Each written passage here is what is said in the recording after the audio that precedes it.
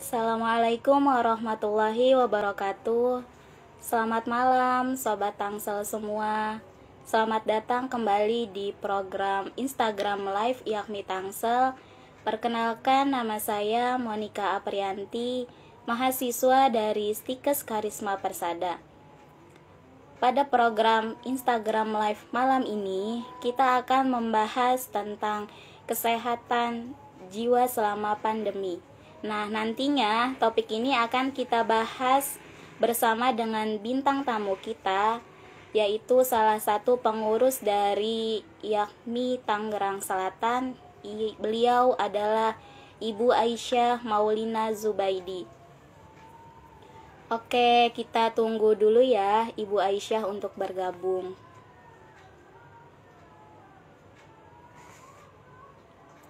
Oke, Ibu Aisyah boleh bergabung.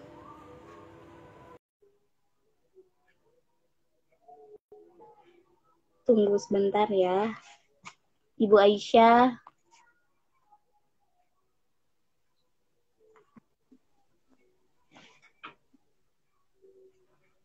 Assalamualaikum Ibu. Waalaikumsalam. Gimana kabarnya Selamat Ibu? malam. Sehat? Alhamdulillah sehat walafiat. Gimana Alhamdulillah. Monica juga sehat? Alhamdulillah Bu, sehat. Eh, Kalau boleh tahu nih Bu, kesibukannya Ibu belakangan ini apa ya? Boleh dong diceritakan ke Sobat Tangsel. Ya, kebetulan nih barusan ya tadi pagi hingga siang itu ya kebetulan ada workshop untuk peningkatan kapasitas ya kemampuan dari para tenaga kesehatan ya. Nah, ini yang mengadakan Majelis Tenaga Kerja Indonesia, Tenaga Kesehatan Indonesia ya. Jadi Iya. di situ tidak hanya kesehatan masyarakat, tapi juga ada dari ikatan psikolog klinis ya. Jadi memang itu isinya organisasi profesi ya. Jadi Oh iya. profesi-profesi kesehatan ya itu melakukan ini ya workshop bersama untuk meningkatkan kapasitas. Tujuannya sih memang untuk khusus untuk gimana kita bisa memberikan dukungan kepada pemerintah dalam rangka program vaksinasi COVID-19 gitu. Suara saya jelas ya nih Mbak Monica? Sibuk banget ya Bu ya. Ya biasa aja sih ya gitulah. Kalau lagi sibuk-sibuk, kalau nggak sibuk ya nggak sibuk. Suara saya Oh, jelas ini? terjelas Bu, kedengaran jelas. Oh iya, baik-baik. Ya. Kalau bicara soal banjir nih Bu, sekarang ini kan belakangan ini ada berita banjir. Waktu itu sempat viralnya di Kalimantan. Nah, pekan ini kan di Jakarta ya. Kalau di rumah Ibu kebanjiran nggak Bu? Alhamdulillah enggak ya. Yang di Tangerang Oh Selatan kan kayaknya posisi iya, lebih tinggi ya. Saya kebetulan di ya, Pondok Aren. Nah, ini nggak kebanjiran sih daerah saya gitu ya. Dekat rumah saya ya ya. sekitarnya nggak kebanjiran.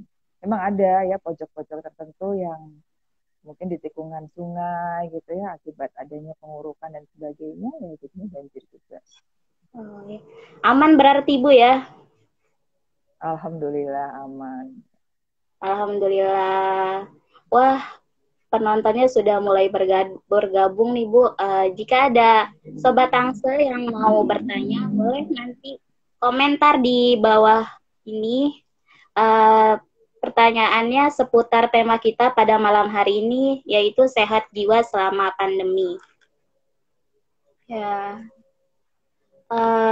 oke, Bu Aisyah, sebelum kita bicara kesehatan jiwa terlalu dalam, mungkin Ibu Aisyah bisa nih jelasin ke kita yang mendengar dan ke Sobat Tangsel yang sedang menonton sekarang, seberapa penting sih Bu menjaga kesehatan jiwa selama pandemi ini? Selama pandemi COVID ya penting Nah, sekali ya Mbak Monica ya gitu karena yang namanya kesehatan fisik itu tidak terlepas dari kesehatan jiwa atau kesehatan psikologis ya. Demikian juga sebaliknya yang namanya kesehatan psikologis atau kesehatan jiwa itu ya dia tidak terlepas dari kesehatan secara fisik gitu. Jadi memang kalau dibilang pandemi, nah, apalagi pandemi ya, kemungkinan kan waktunya cukup lama ya, tidak 1 bulan 2 bulan ya. Bahkan sekarang ini kita malah udah setahun lebih nih ya berada pada Ya, kondisi pandemi. Gitu. udah Ya, hampir. memang perlu gitu. Ya, betul ya. Jadi penting Iya, sekali menjaga kesehatan jiwa itu ya. sangat penting ya Bu ya. Iya, heeh. Iya, Kalau pada biasanya. masa pandemi ini banyak loh yang misalnya muncul apa ya reaksi-reaksi terhadap ini ya masalah COVID ya. COVID itu kan Iya, sebenarnya masalah fisik. Artinya kita diserang, tubuh kita diserang virus, dan kemudian muncul gejala-gejala yang sifatnya fisik. Ada masalah di tenggorokan, ada masalah di apa paru-paru, pernafasan, dan katanya seluruh tubuh iya, juga ya. Nah, itu juga termanifestasi atau muncul juga gambarannya menjadi kecemasan, kemudian panik, ya, apa ketakutan, ya. Apalagi ini penyakit baru, gitu. Bahkan penyakit iya, yang sudah lama sekalipun, seperti DBD, ya, demam berdarah itu kan sudah cukup lama kita hadapi. Kalau musim hujan ini kan juga muncul ya rasa cemas, mungkin rasa ketakutan. Wah, gimana kalau saya terinfeksi gitu ya? Atau malah yang udah terinfeksi terinfeksi lagi gitu ya.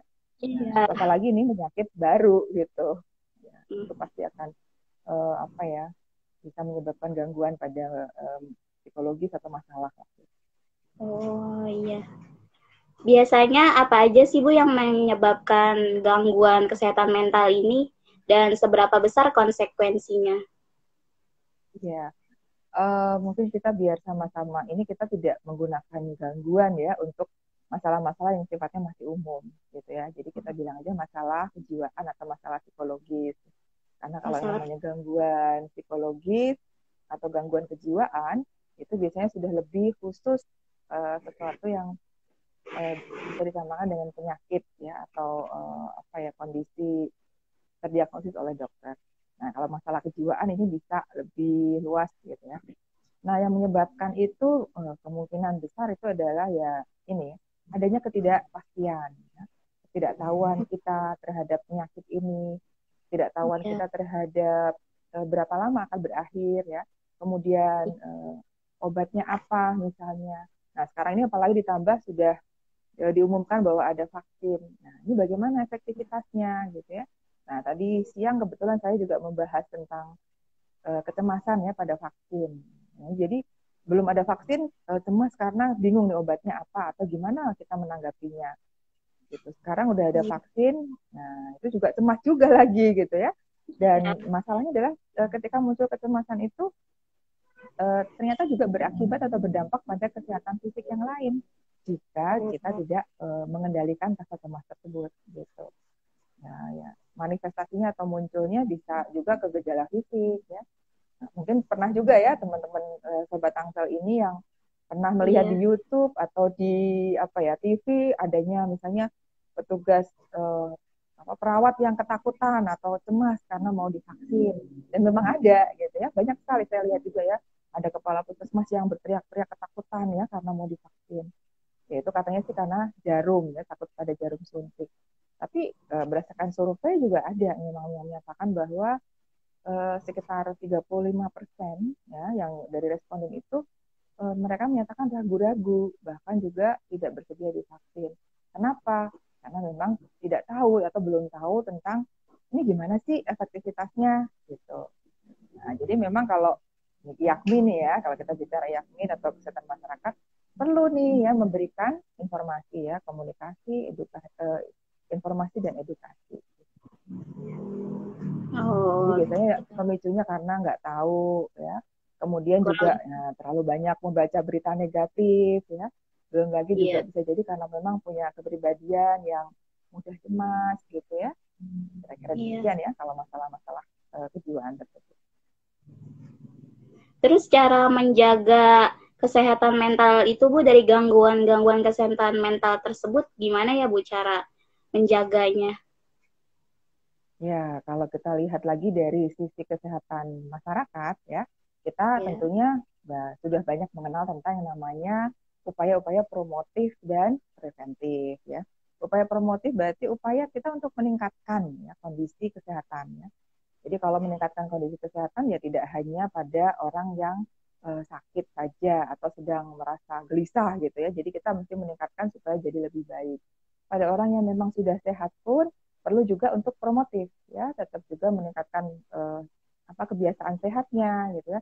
Karena orang yang sehat nih, nggak ada keluhan apapun, baik fisik maupun psikologis, nah, tetap saja ya bisa terjadi resiko-resiko ya. Karena resiko, kalau kesehatan masyarakat tentu paham nih resiko-resiko ya. Resikonya tidak hanya fisik, masalah fisik, tapi juga bisa psikologis gitu.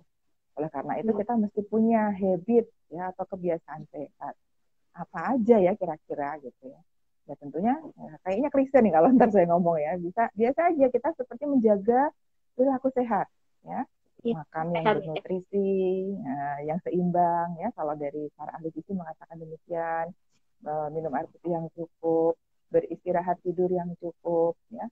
Kemudian apalagi ya, berolahraga. Nah, itu semua adalah perilaku-perilaku yang akan menjaga kesehatan kita ya, mempromosi, meningkatkan kesehatan kita. Kayaknya klise, tapi itu sebenarnya secara ilmiah itu memang sangat terbukti akan membuat kita terbiasa untuk menjaga diri gitu.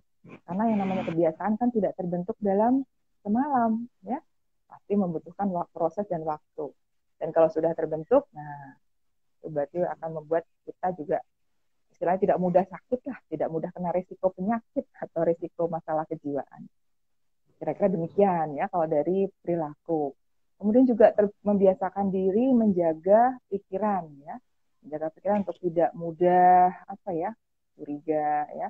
Kemudian juga tidak senang atau membatasi lah ya berita-berita yang negatif yang membuat kita juga jadi kepikiran misalnya gitu ya. Ya di medsos sih macam-macam ya. Saya juga termasuk suka memperhatikan gitu ya. Ada yang wah ini kayaknya kurang tepat. Oh yang ini kayaknya bagus gitu ya pendapat-pendapatnya. Nah itu kita mesti pandai memilah juga di situ. Nah berikutnya untuk menjaga supaya kesehatan jiwa tetap baik itu adalah dengan menjaga emosi. Nah, emosi atau perasaan gitu ya. Jadi emosi positif atau perasaan yang positif itu perlu kita jaga juga gitu ya. Jadi tidak hanya menjaga fisiknya saja, tetapi juga psikologi. Nah, di situ ada pikiran dan juga ada perasaan atau emosi. Caranya gimana sih gitu ya?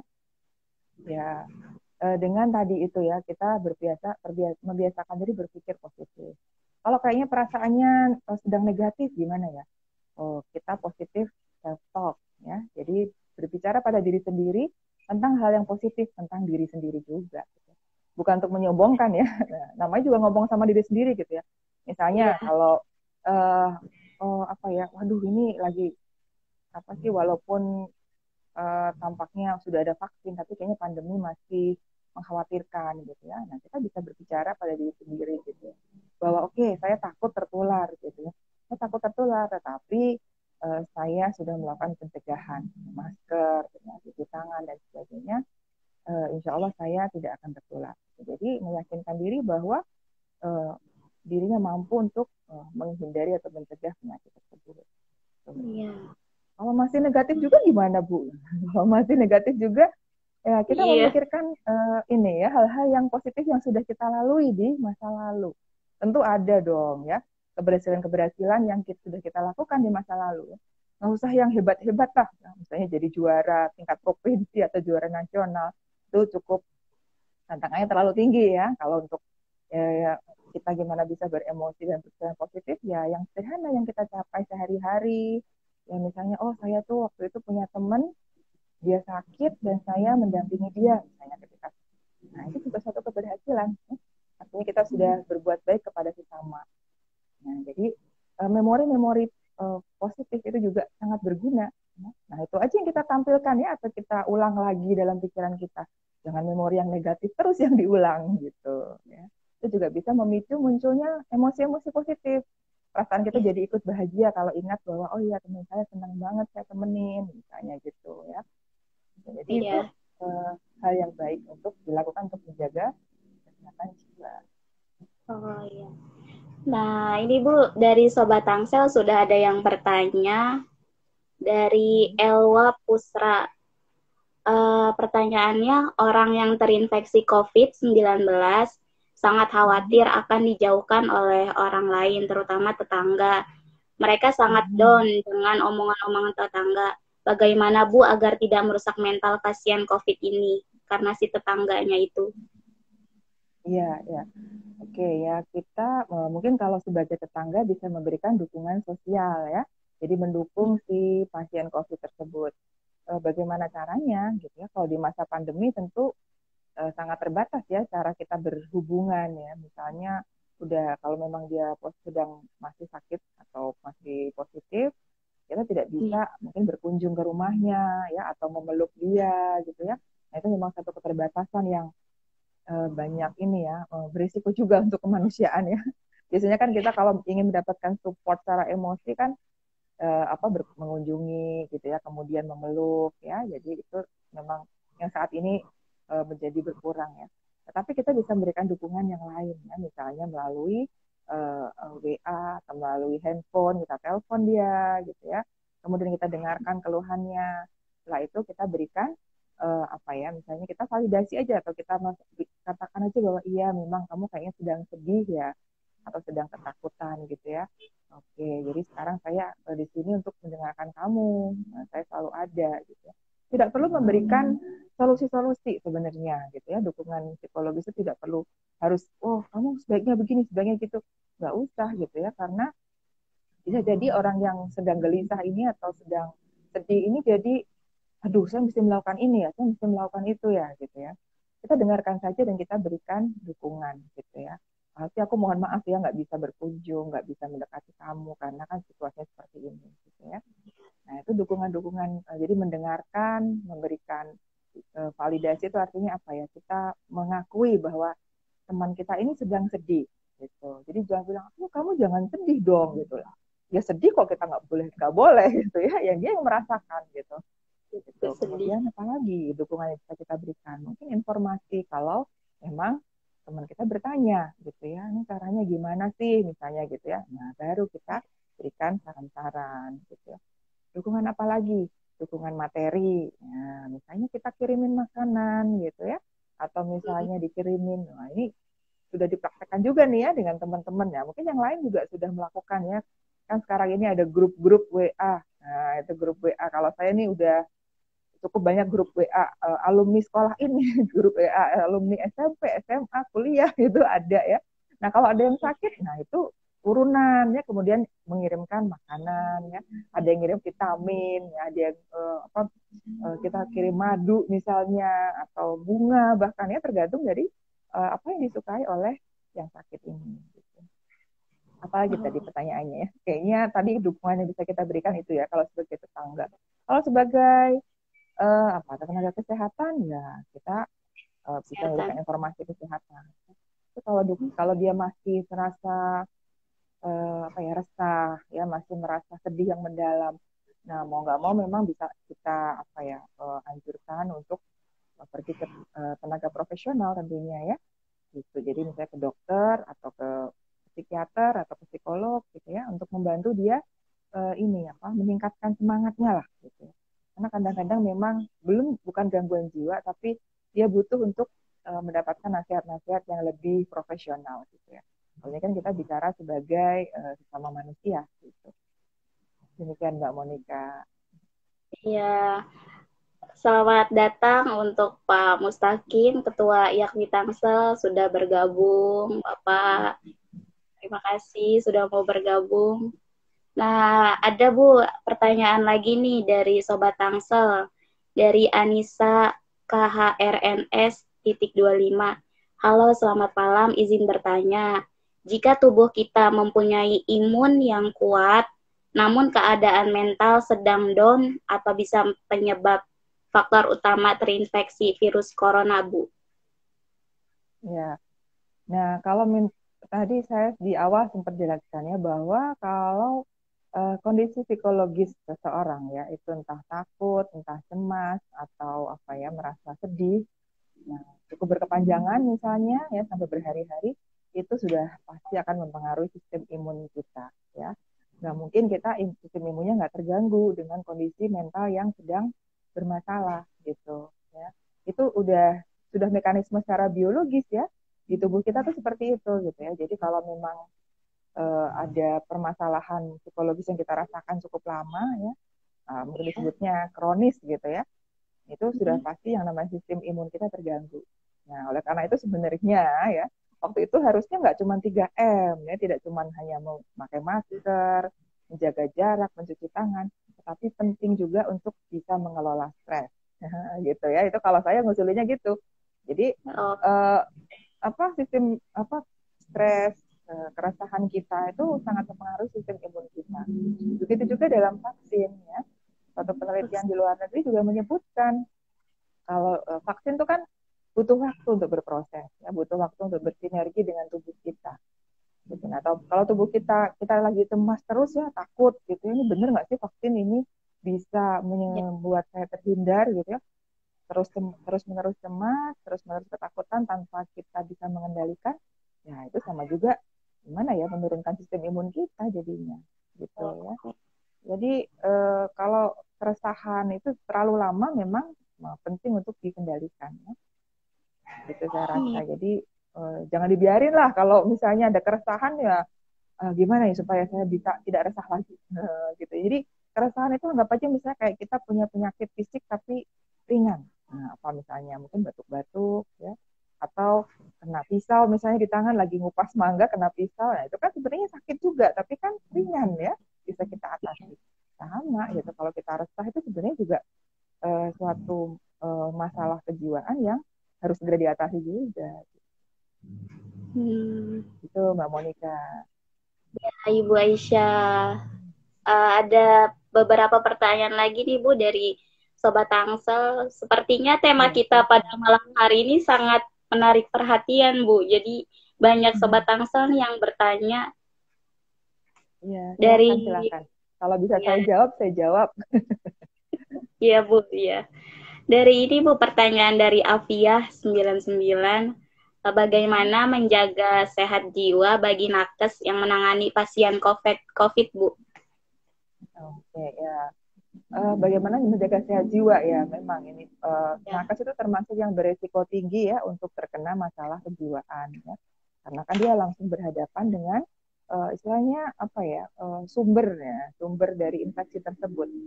Nah, memang kalau untuk menjaga supaya dia tetap terjaga kesehatan jiwanya ya tadi ya, berarti dia harus bisa mengendalikan ya, pertama tuh mengantisipasi dulu bahwa hal-hal yang dia hadapi sehari-hari ya selama bertugas sebagai perawat itu sangat berpotensi membuat dia merasa resah, merasa cemas, merasa takut ya. Bahkan banyak loh ya tenaga kesehatan yang merasa sedih karena melihat pasien-pasiennya meninggal dunia gitu ya. Udah dirawat berhari-hari, kayaknya wah ini kayaknya ada harapan nih dia sembuh ya. Ternyata kemudian besoknya tahu-tahu drop kondisinya ya, meninggal ya. Mungkin kalau satu tidak terlalu berasa ya, tapi kalau sampai beberapa orang ya, bahkan mungkin kan ya namanya kita manusia berhubungan tiap hari ya, merawat pasien, tentu ada juga ada perasaan gimana ya, kasihan gitu ya, mungkin ada perasaan juga empati yang mendalam ya. Tentunya akan bisa terpengaruh juga, kita jadi sedih juga, apalagi melihat keluarganya menangis atau bersedih, itu juga bisa memicu masalah kejiwaan gitu ya. Jadi sedih juga bisa memicu masalah kejiwaan. Oleh karena itu penting untuk bisa dikendalikan ya. Nah, jadi kalau mengantisipasi kita sebagai nakes nih, kalau nakes ya harus menyadari bahwa ya ini saya berada di lingkaran yang memang risiko tinggi, jadi saya harus mau mengakui kalau saya juga punya ketakutan, punya keresahan, dan punya bisa sedih juga. Yang kedua, kemudian mengendalikan. Nah, kalau muncul, benar-benar muncul rasa itu, perasaan-perasaan atau emosi tersebut, dia mencoba mengendalikan. Ya. Caranya cukup ada yang sederhana ya maksudnya itu untuk sehari-hari. Kita bisa juga dengan berpikir positif. Ya. Kemudian kalau masih belum berhasil juga ya, tadi kan berpikir positif sudah saya sampaikan tipsnya ya. Belum berhasil maka kita lakukan pernafasan dalam, ya, deep breathing. Ini sederhana banget, tapi sangat berguna gitu ya. Saya juga sering menggunakan sendiri. Misalnya kalau terserang kecemasan ya, atau merasa bahwa oh ini kayak ketakutan sendiri atau cemas ya. Kalau cemas itu kan belum terjadi tapi kita udah merasa takut gitu ya. Nah, kita tarik nafas. Nah, caranya itu adalah kita tarik nafas melalui hidung ya, pelan-pelan 3 detik ya. Nah, kemudian rasakan perut kita menggembung. Nah, jadi kayak niup balon ya, dia perut kita menggembung. Setelah menggembung, tahanlah kira-kira 3 sampai 5 detik, kemudian baru kita keluarkan nafas melalui mulut gitu. Tunggu sejenak, baru kita ulang lagi. Nah, masuk lewat hidung sampai perut menggembung, kemudian tahan, ya, baru dikeluarkan sampai perutnya ngempis. Jadi perutnya dikempisin juga. Nah, kemudian diulang lagi. Antara 3 sampai 5 menit itu sudah bisa menolong. Jadi yang semula kayaknya merasa kita emosinya nggak terkendali, itu bisa insya Allah balik lagi gitu ya. Kita menyadarkan diri bahwa saya ini profesional ya tenaga kesehatan. Itu cukup membantu ya. Kalau masih dirasa juga gimana Bu? Nah, tadi kalau masih juga saya masih deg-degan, ya masih suka keringetan nggak jelas, terus nggak bisa mengendalikan rasa cemas dan sebagainya, ya oke lah kalau sudah seperti itu mau nggak mau kita yang harus minta tolong. Ya. Jangan kemudian, wah saya nakes nih, saya harus bisa, harus menangani, harus profesional ya. Tapi kita lupa merawat diri sendiri. Nah, jadi self-care, merawat diri sendiri juga penting ya. Jadi yang dirawat tidak hanya face care ya, apa skincare. Skincare itu merawat muka ya.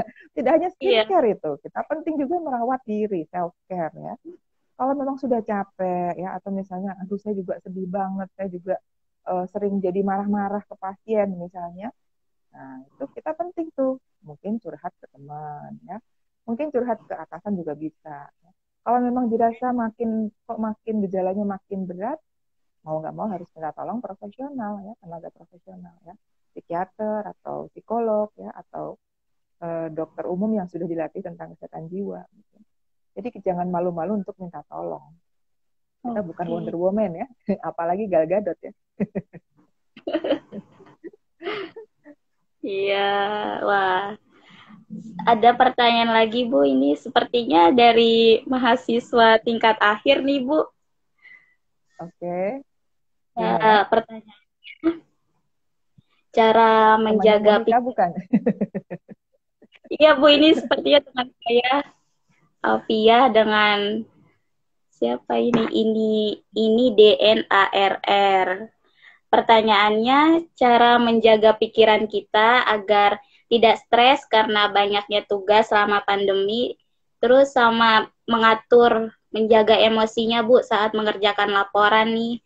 Di tugas akhir ini kan banyak nih, kita banyak laporan-laporan. Nah, bagaimana Bu cara menjaga emosinya, terus menjaga pikiran juga Bu? Ya, kalau tentang stresnya, ini saya senang juga nih ya. Jadi menyadari ya bahwa wah iya nih ini kalau banyak tugas, banyak tuntutan harus segera diselesaikan gitu ya, harus deadline. Nah ini memang bisa stres gitu ya. Itu artinya sudah menyadari dan mengakui bahwa ya saya ini bisa terkena stres gitu. Nah sebenarnya cara menangani stres itu yang sederhana ya, simple tuh ada dua. Yang disebutnya coping, atau dari kata cope ya. Jadi kita mencoba untuk mengatasi yang kita rasakan. Pertama itu adalah dengan problem fokus coping. Nah, jadi kita mengatasi stres kita dengan berfokus pada masalahnya. Pemicunya apa nih yang bikin kita stres? Tugas banyak ya. Kemudian belum lagi harus nulis skripsi misalnya, atau harus bikin tugas yang lain lagi. Nah, itu berarti kita gimana nih cara mengatur supaya bisa menyelesaikan tugas-tugas tersebut gitu ya. Nah, artinya berarti kita harus bisa mengelola ya, atau memanage pekerjaan kita sehari-hari. Ini kalau itu berarti membagi waktu. Ya, jadi kalau membagi waktu ada kan sebagian hal-hal yang harus kita kerjakan, ada yang mendesak, penting dan mendesak. Ada yang penting tapi tidak mendesak. Nah, apa tuh kira-kira penting tapi nggak mendesak? Nah, kalau tadi mendesak penting itu mungkin nyelesain tugas, gitu ya, itu penting banget tuh. Banyak banget yang harus diselesaikan Bu, harus ini gitu ya. Kalau penting tapi tidak mendesak, apa ya? Misalnya membaca buku, misalnya ya buku yang lain lah, misalnya motivasi dan sebagainya. Itu penting juga kan, tetapi tidak terlalu mendesak. Artinya bisa kita lakukan di waktu yang enggak. Ada juga nih ya yang sudah dia mendesak tapi tidak penting. Nah, apa tuh kira-kira ya? Tidak dia mendesak nih perilaku yang harus kita lakukan, tapi nggak penting sebenarnya. Cuman kok waktunya cuman ada segitu-segitunya ya. Nah, biasanya kalau zaman COVID nih, anak-anak muda ini kan senang misalnya ada konser ya, atau Ya, ada apa acara di kampus yang ya hari itu adanya ya, nggak ada di hari lain. Atau bisa juga kayak sale, wah itu ya, sale di toko mana gitu atau di mall. Waktunya cuma 2-3 hari. Ya. Wah ini kenapa sih dianggap penting? Nah, itu kan sebenarnya apa ya mendesak gitu ya. Artinya cuma ada waktunya hanya itu. Tapi nggak penting gitu ya. iya. Nggak penting untuk kondisi sekarang gitu. Ada juga yang ini ya, yang kita sering lupakan itu sudah nggak penting, nggak mendesak. Nah, ini sering yang akhirnya malah kita melakukan ini ya, udah nggak penting, nggak mendesak, tapi kita lakukan gitu. Oke, jadi berarti harus pandai memilah tadi ya, mana nih yang penting dan mendesak, mana yang penting tapi tidak mendesak, ya. Mana yang tidak mendesak tapi penting, ya. Dan mana yang sudah tidak penting nggak mendesak. Ya. Nah, kita tentu harus mengutamakan yang penting dan Penting. mendesak. Jadi Oke. memanage waktu itu penting untuk tadi ya bisa mengatasi stres gitu.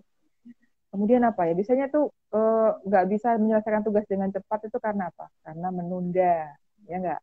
Kalau di Menunda iya. komputer ada tombol ada tombol enter ya, itu supaya program kita dilakukan.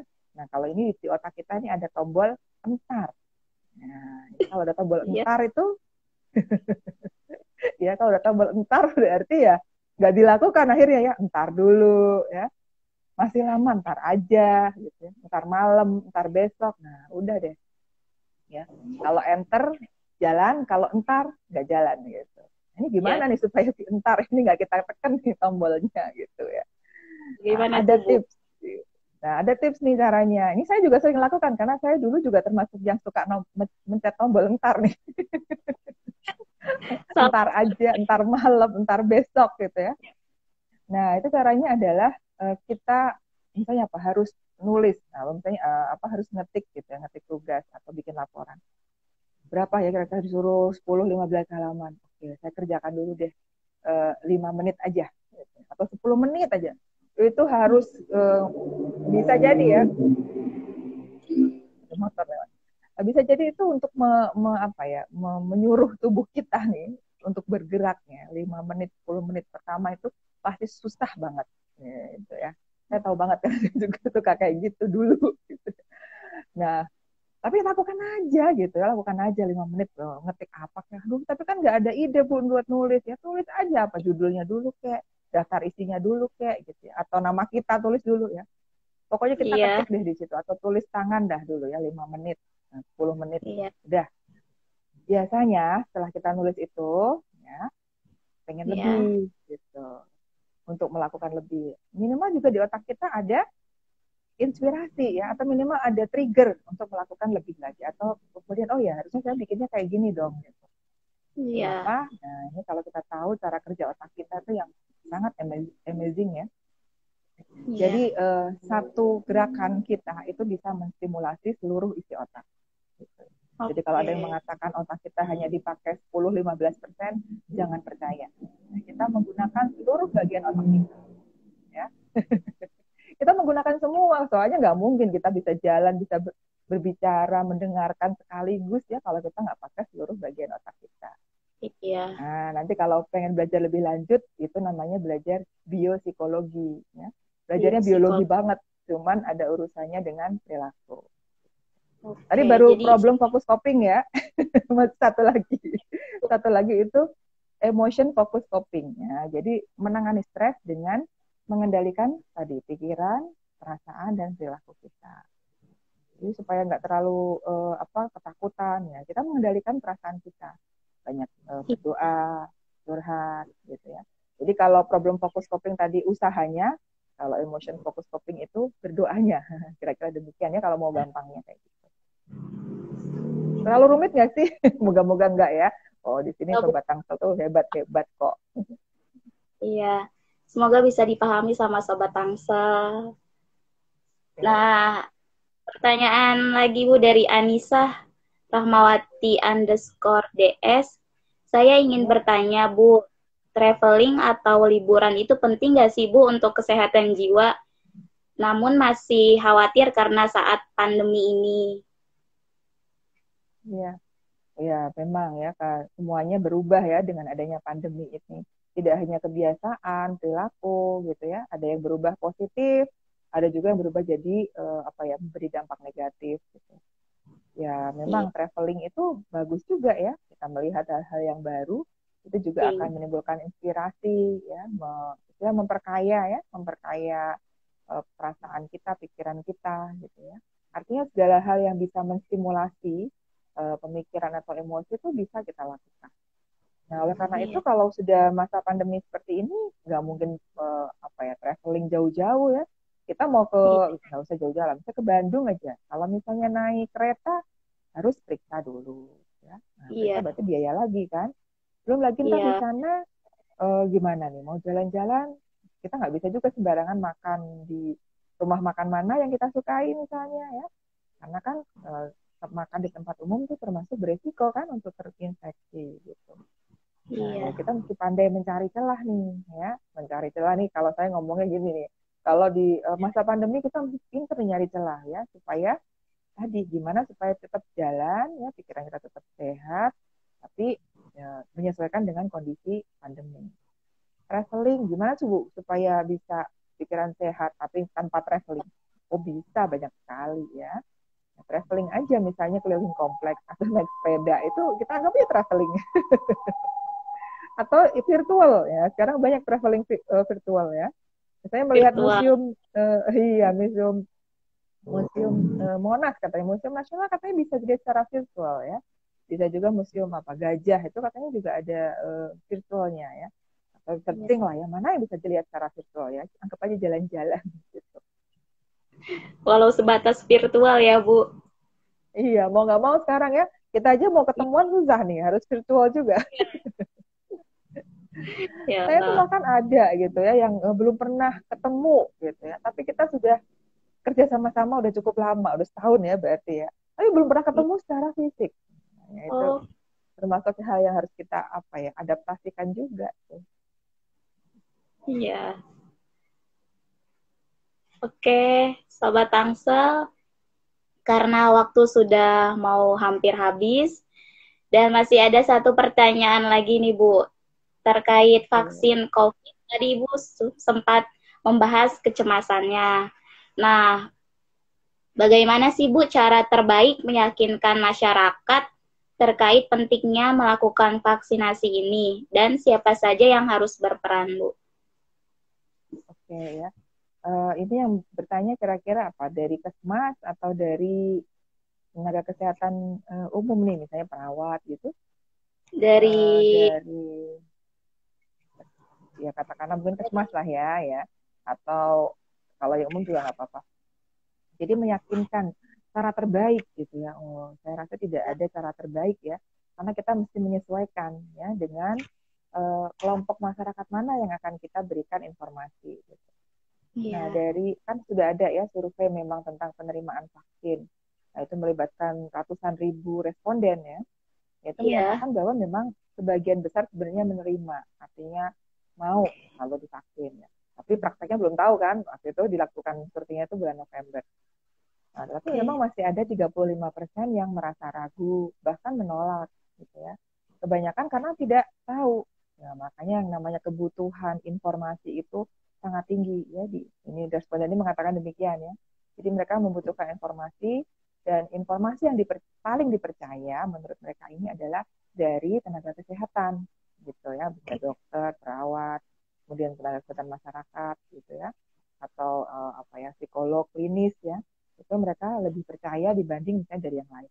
Jadi masyarakat kita juga udah cukup pinter gitu ternyata. ya, Makanya saya keren. katakan tadi kalau dibilang yang terbaik apa ya? Yang terbaik ya kita gunakan banyak cara. Saya rasa demikian. Kita pakai cara ini nggak sukses. Misalnya kita pakai cara promosi kesehatan secara umum yang biasa kita lakukan apa? Kalau misalnya bekerja di puskesmas berarti kita pasang poster ya atau misalnya memberikan penyuluhan tentang itu tentang vaksin COVID ya itu ternyata Ya, kok nggak berhasil ya atau masih banyak yang enggan. Berarti kita pakai cara yang lain lagi. Misalnya apa ya? Misalnya kita berdialog lebih ini ya, berkomunikasi lebih intens, mungkin lebih personal gitu ya. Karena orang kan kebutuhannya beda-beda. Dan iya, pada fase sekarang ini orang-orang apalagi di perkotaan nih, Tangsel kan kota ya gitu, sudah menyadari haknya, sudah menyadari wah saya nggak mau nih divaksin kalau nggak mendapat penjelasan yang cukup. Nah, misalnya gitu ya.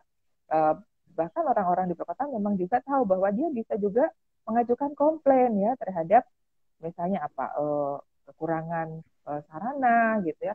Oh, ini katanya divaksin di puskesmas, tapi kenapa antrinya seperti ini sih? Wah, itu bisa komplain kayak gitu ya. Jadi memang kita harus kalau di perkotaan yang sudah tahu hak dan kewajibannya, kita pentingnya untuk memakai banyak cara gitu ya. Tidak hanya yang umum, mungkin juga pakai cara yang lebih personal gitu ya. Bisa juga dengan cara apa ya? WhatsApp group misalnya, itu kan lebih walaupun grup tetapi mungkin lebih intens juga ya karena kita tahu orang-orangnya misalnya. Saya Iya. rasa demikian ya, Mbak Monica. Wah, luar biasa. Oke, Bu Aisyah. Mungkin nih dari Sobat Tangsel ada pertanyaan yang masih mengganjal, bisa disampaikan atau ditanyakan langsung ke Instagram ya Bu Aisyah. Boleh, Bu? Oh, silahkan, silahkan. Kalau Ya, misalnya, ini saya jarang buka Instagram, moga-moga nanti saya sempatkan ya, beberapa hari sekali buka oke. Instagram dan bisa menjawab pertanyaan dari Sobat Tangsel semua nih. Ini kayaknya masih muda-muda semua nih yang di sini. Iya, Bu. Boleh juga langsung bertanya ke Instagramnya Yakmi Tangsel. Oke, bisa juga ya. Nanti mungkin Mbak Monica bisa ngingetin juga nih, gitu, Bu ada yang nanya gitu soalnya. Iya. Saya juga, iya. Betul. Oke nih, karena waktu sudah hampir habis, terima kasih banyak Ibu Aisyah sudah mau bergabung di Sama-sama. Instagram Tangsel series ini, Bu. Ya. Oke. Oke, terima kasih juga untuk Sobat Tangsel yang sudah gabung mendengarkan. Kalau ada pertanyaan boleh langsung tanya ke IG-nya Ibu Aisyah atau IG-nya Yakmi Tangsel juga boleh. Ya, Oke, baik. Terima kasih silakan. semuanya. Selamat malam, selamat beristirahat.